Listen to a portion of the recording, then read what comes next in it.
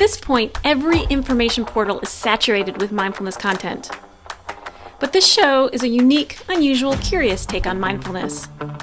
Some of what you hear will be completely new to you. Let's dive in and take a look at the nature of the aware mind. I invite you to deepen your awareness so that you may be liberated and inspired.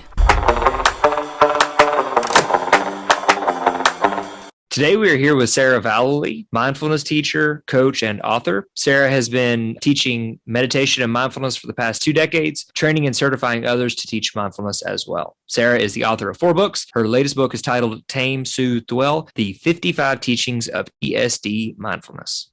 On today's episode, we discuss how you do not suck at meditation. And if you're encountering challenging times during your meditation practice, then you are exactly where you should be. I am Jacob Durasset, and I am here with Sarah Vallely. Sarah, how are you? I'm great, Jacob. Thanks. Hey, I suck at meditation. No, you don't. This episode is dedicated to anyone who has ever said, I suck at meditation. I feel like I'm terrible. You are a beginner each time you sit. And the reason that's so important is because we get into this childlike attitude with our practice. We don't know how it's going to work out. We're just going to meet the moment where it is. We accept ourselves just as we are. It helps us let go of the ego and expectations that our meditation is going to work out a certain way. Just letting that go and knowing that sometimes when you sit down, there's going to be a lot of concentration, and other times maybe you're going to feel really distracted. And that's okay, because each time you sit down, you are a beginner. There's a great book called Zen Mind, Beginner's Mind that is a good resource for this philosophy that we are a beginner each time we sit.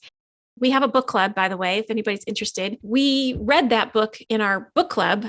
Very powerful book to illuminate the simplicity of the practice, but also he kind of posts it like a rite of passage. This is going to be difficult, but you'll do it every day.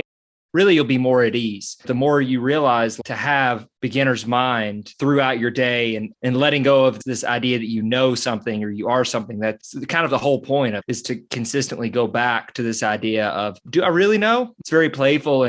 But yeah, that book is absolutely incredible.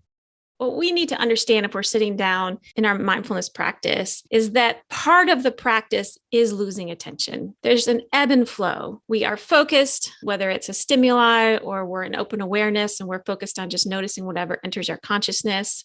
Then we lose our attention, and that is part of the practice. And then part of the practice is noticing that we lost our attention, using our mindfulness, our alertness. Yes, I've lost my attention. I'm lost in thought. And then gently bringing you back to whatever it is that you are focusing on without any judgment.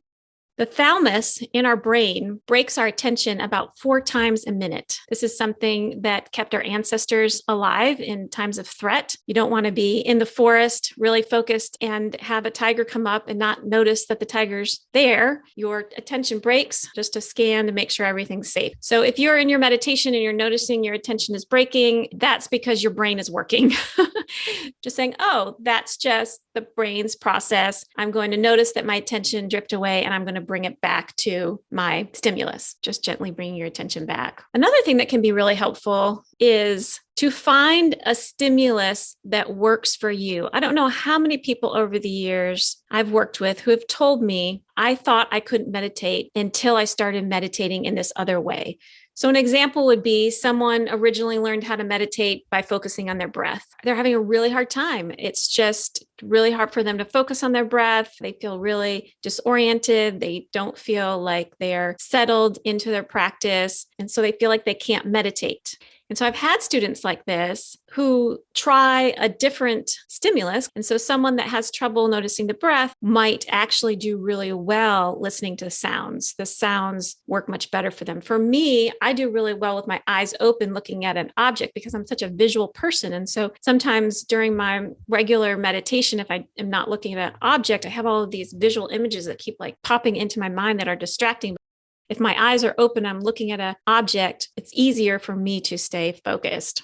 I really don't do well with the breath. I never have. I've always blamed it on the fact that I am so focused on breathing with my clients. And I'm always talking about getting your air low, having your breath be intense and relaxed. And so I tend to manipulate it. I tend to know okay, I know I should be breathing in my stomach, so I'm going to do that. So I keep changing it and I don't allow it to just be. One thing I did get, it was from Joseph Goldstein. It was a great cue. It was to observe the breath being breathed, or the body breathing the breath. That was helpful, but even then, I tend to not like the breath as a cue. And then I do the Douglas Harding looking for your head exercise. That's very playful. And that's the exercise where you try really hard to see your own face, but you can't. Yeah, you're just walking around out in the world and you just observe that you can't see your own head. It's like a cloud of thoughts just wandering around. It's fascinating. You're talking about Zen mind, beginner's mind. So the exercise of looking for your head allows you to realize that all of the opinions and thoughts and implications you have of yourself are all in your mind. They're not in your physical environment. So when you take the opinion of yourself and really look at it for a second and say, well, where is that? It's nowhere to be found. And I highly recommend everyone check out On Having No Head by Douglas Harding. And then they have an app. It's called The Headless Way.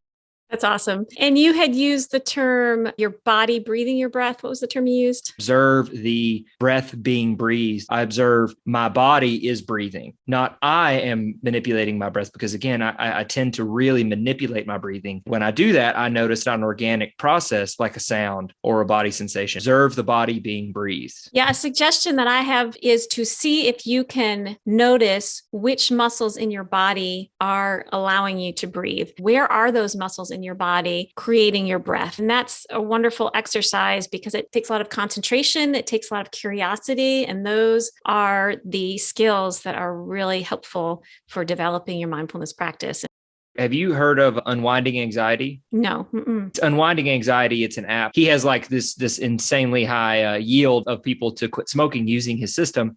And what it is you'll notice in your body, okay, I'm craving a cigarette. And then you implement curiosity. You'll say, well, where in my body do I want a cigarette? And then you'll say, is it more on the left side or is it more on the right side? I notice my hands are getting a bit fidgety, and I notice my right hand is a little more fidgety than my left. And very shortly thereafter, the urge has subsided, and you notice the physical sensation, the physical urge is gone. And then you look up and you're like, oh, wow, okay, that ended. And I'm okay. I can make it another 25 minutes without a cigarette. That's excellent. I love that. Another suggestion, especially if you are new to a sitting mindfulness practice, the suggestion is to rotate your attention between 2 or 3 stimuli. Maybe ordinarily you would just be focusing on sounds, but in this situation, you focus on a sound for maybe 30 seconds, shift your attention to focusing on a physical sensation in your body, then maybe 30 seconds later, shifting your attention to your breath.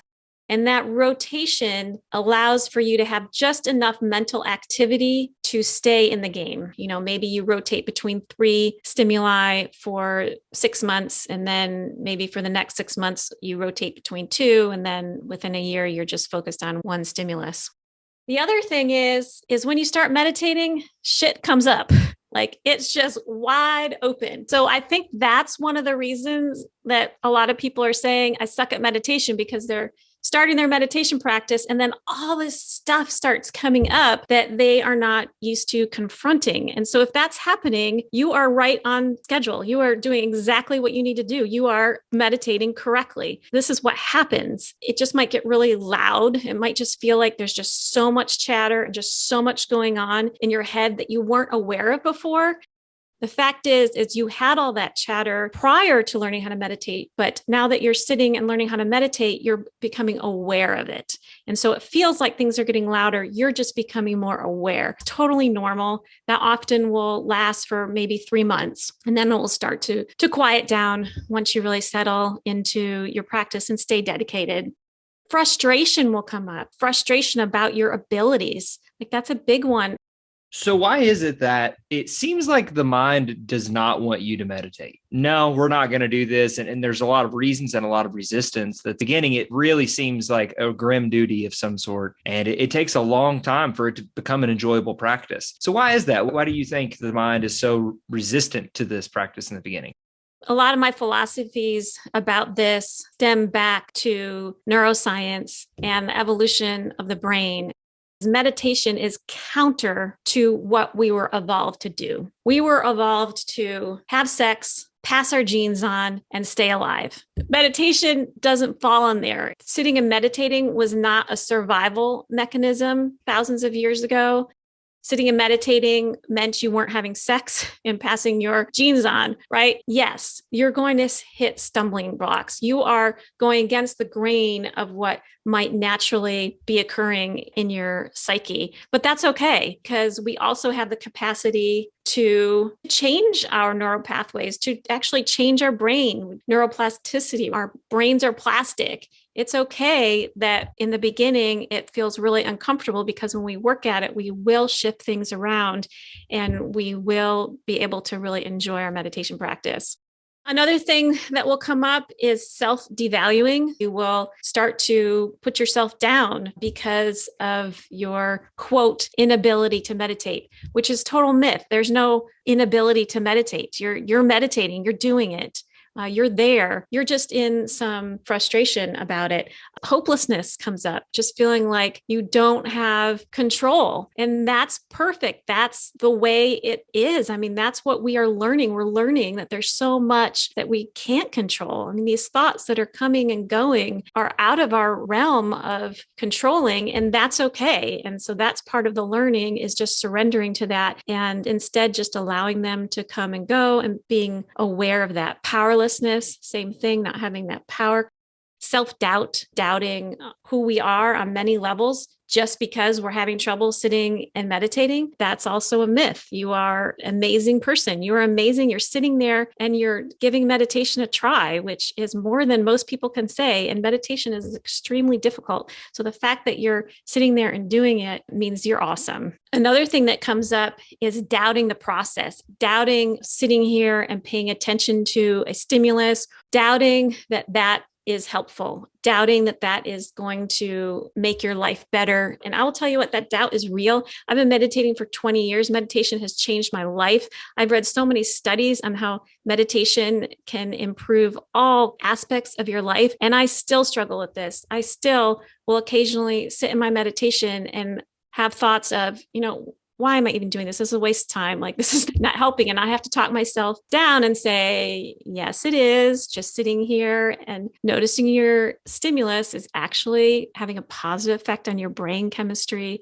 It's having a positive effect on your brain structure. It's having a positive effect on your nervous system, your physical body. Yes, this is going to be helpful in the long run. Thinking that there are more important things to do than sitting here and meditating, there's some strategies that you can use to counteract that. One is saying to yourself, this moment is enough. Everything that is just here in this moment right now is enough. I don't need anything more. This sound that I'm listening to is enough. These body sensations that I'm paying attention to are enough. Saying nothing is more important in this moment than listening to this sound. I want to explicitly talk about concentration, because that is the skill in meditation that often is the biggest hurdle for people. So concentration is something that strengthens with practice. If you haven't been meditating for a while, or if you've never meditated and you sit down and you're struggling with concentration, using your will is something that a lot of meditation teachers don't talk about. In some circles, I think talking about will during meditation is a little bit taboo. But I think considering your will and what role your will plays in your meditation practice can be key. There are different ways that you can use your will during your meditation that will improve your experience. And our will, it wants to be doing something that's helpful, that's making our will wants to be effective. You can think of the ego being the will. You could give your will a job, like explicitly give your will a job during your sitting practice. So your will feels like it's important. And so there are two jobs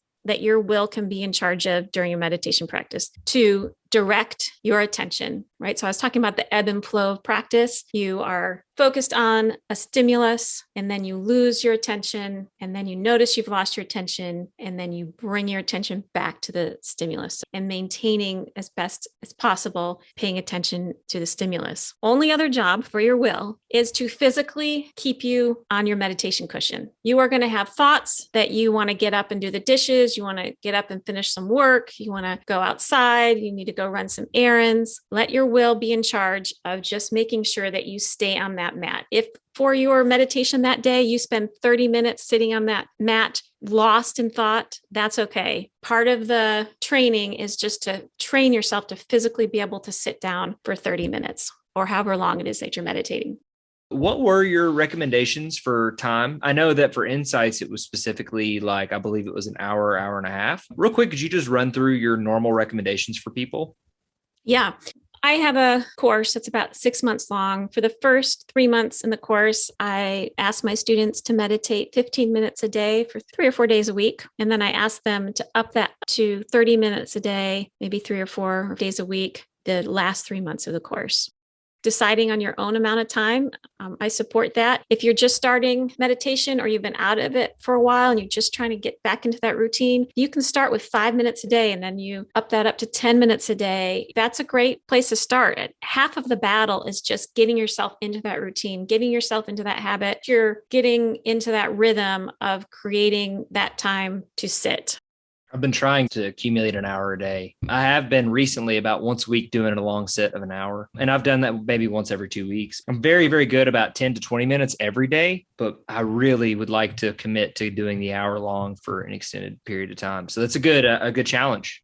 The Aware Mind podcast is a TSD mindfulness production. Please visit our website at tsdmind.org. That is T as in tame, S as in soothe, and D as in dwell. Mind as in mindfulness.org. Check out our blog post for this episode with links to supplemental information such as worksheets you can use to put into practice the mindfulness skills shared in this episode. Also, please sign up for our newsletter and receive mindfulness tips. And don't forget to follow us on Instagram at aware_mind_podcast. Thank you.